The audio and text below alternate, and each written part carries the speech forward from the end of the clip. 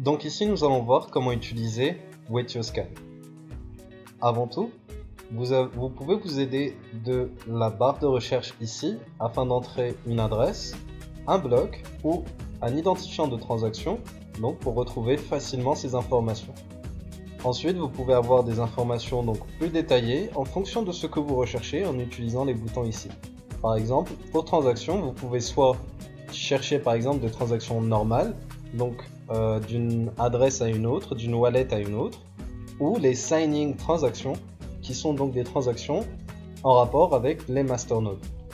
Puis vous avez donc accounts, qui représente donc toutes les adresses ou wallets actuellement actives sur WetYour Blockchain. Puis masternode pour avoir des informations plus détaillées sur les masternodes.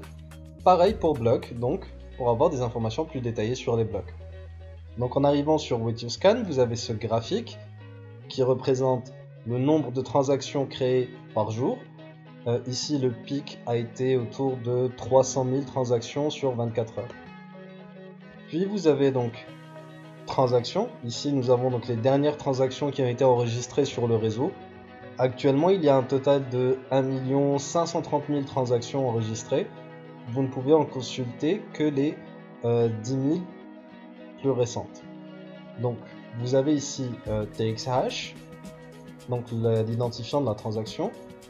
En mettant votre curseur dessus, vous pouvez déjà voir une sorte de condensé des informations en rapport avec cette transaction, et notamment donc son statut. Success signifie que cette transaction a bien été envoyée, qu'elle a bien été confirmée.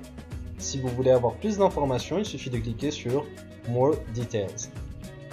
Puis vous avez donc le bloc auquel cette transaction a été enregistrée, puis la date. Ensuite vous avez From, donc qui signifie donc l'adresse émettrice, donc l'émetteur, celui qui a envoyé la transaction. To, qui est donc le destinataire. Ici block signer, ce qui signifie que c'est une transaction en rapport avec donc les masternodes. Amount 0, fee ici donc 0 aussi. Vu que ce sont donc des transactions en rapport avec les masternodes et que par conséquent ils ont signé un bloc ou qu'ils ont créé un bloc, il est normal que le montant soit de 0. Puis vous avez donc accounts. Ici c'est une vue simplifiée bien sûr.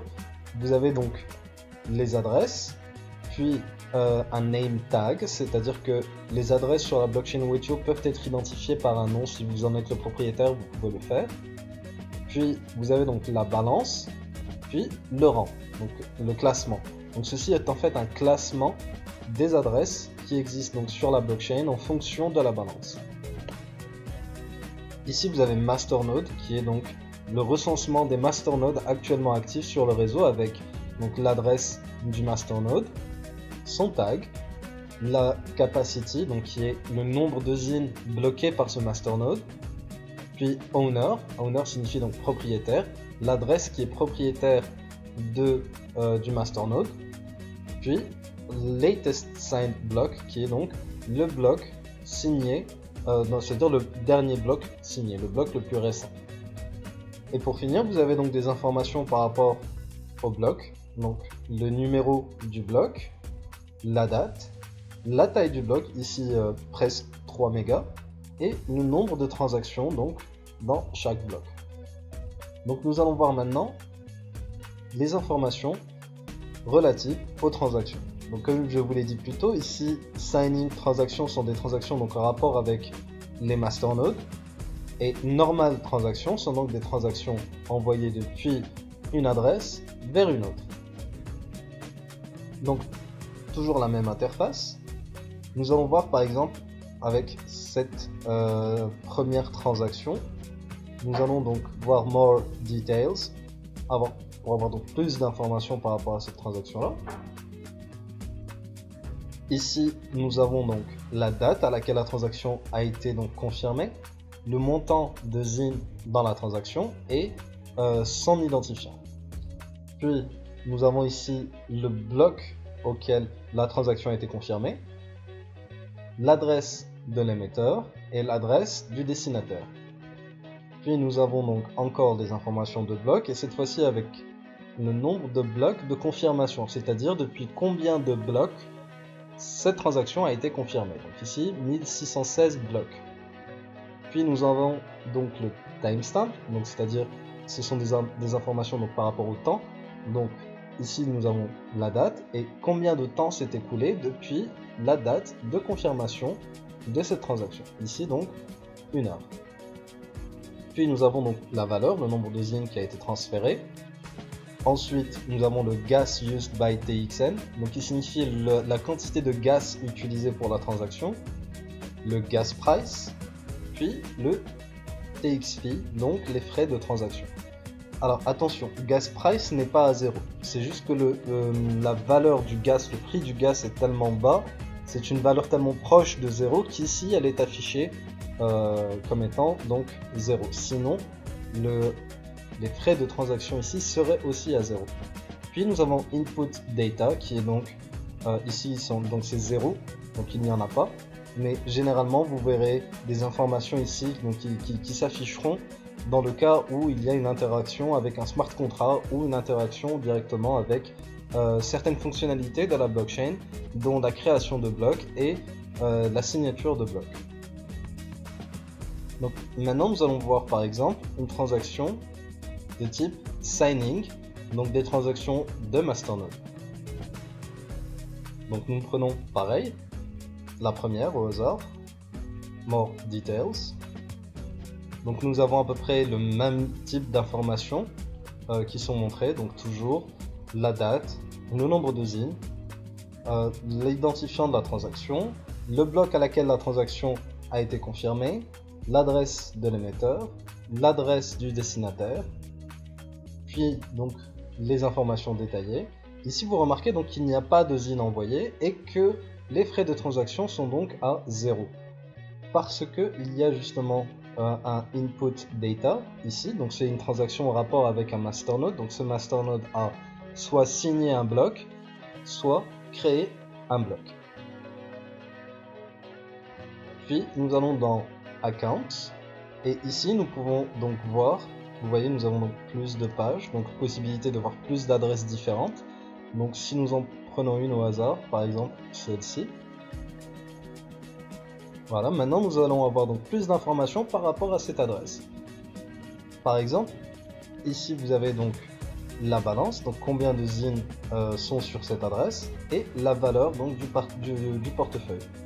Ici vous avez donc un code QR pour pouvoir l'utiliser facilement, et le bouton donc copie pour copier l'adresse.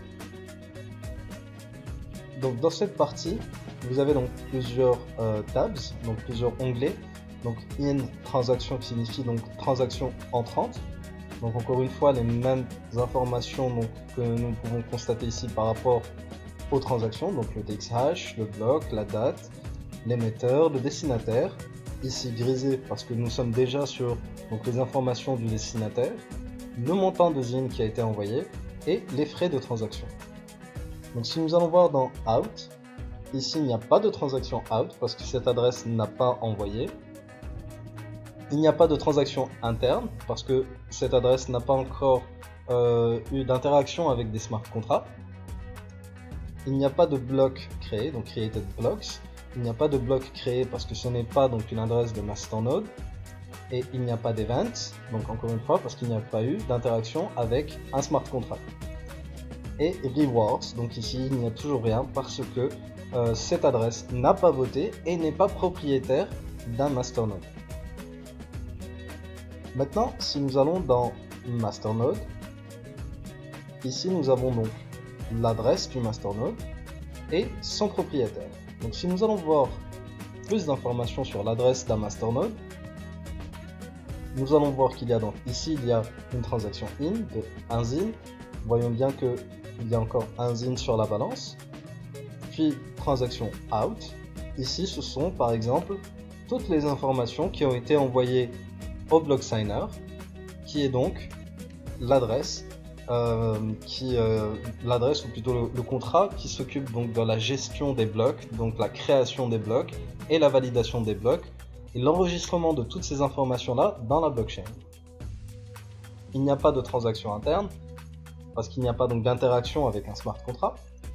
Par contre, nous avons toute une liste de blocs créés, donc created blocks, par ce masternode. Donc nous avons ici le numéro du bloc, l'âge du bloc, c'est-à-dire cela fait combien de temps que le bloc a été créé, le nombre de transactions dans le bloc et la quantité de gas utilisée. Toujours pas d'événement, car toujours pas d'interaction avec un smart contract. Mais ici vous voyez, même si c'est l'adresse d'un masternode, il ne reçoit pas donc les rewards ou les récompenses par rapport à la création de blocs. Donc celui qui va les recevoir, ce sera donc l'adresse du propriétaire, qui est donc celle-ci. Alors, comme ce sont donc des récompenses, elles ne seront pas affichées dans une transaction, mais plutôt dans reward. Donc ici, nous pouvons voir, nous avons donc l'époque. Donc une époque représente 900 blocs. Chaque bloc étant séparé de 2 secondes, il y a donc un délai de 2 secondes dans la création des blocs. Ce qui nous donne donc 1800 secondes ou 30 minutes. Donc chaque époque représente 30 minutes. Donc 900 blocs. Donc ici c'est l'époque numéro 241. Le masternode en question est celui-ci. Donc les masternodes donc, peuvent avoir un nom, donc celui-ci a un nom.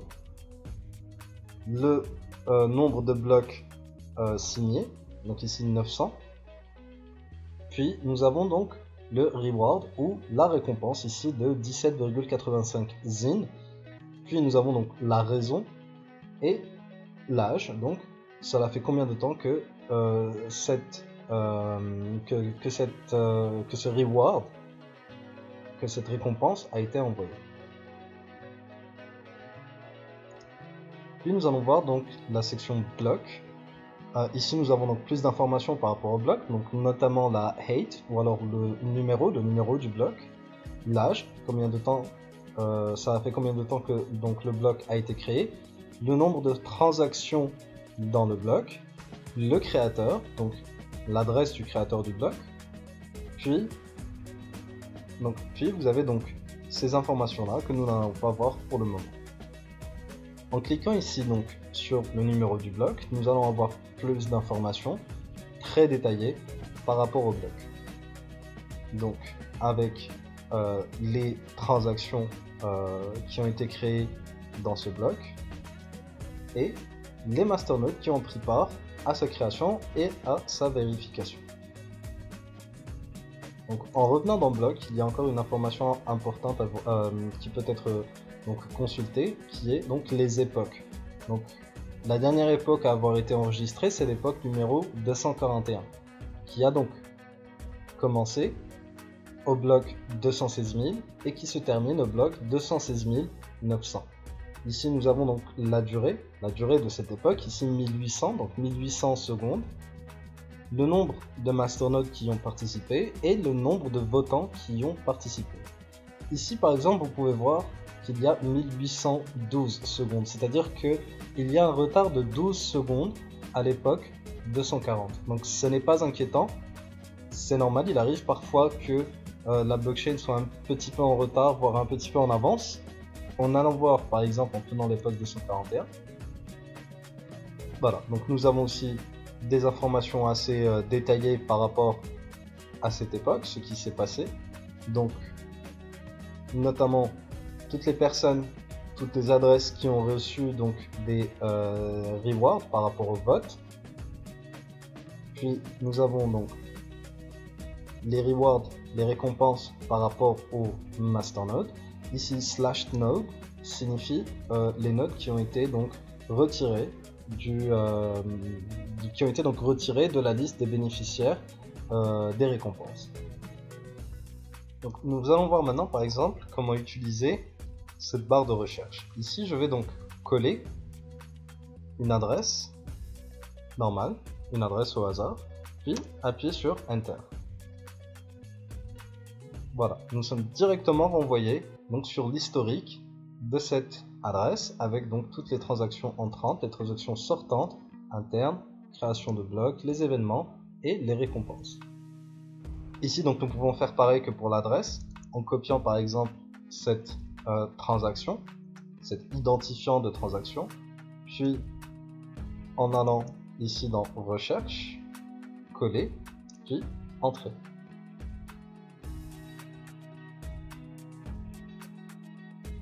Voilà, donc nous retournons à la page avec toutes les informations par rapport à cette transaction.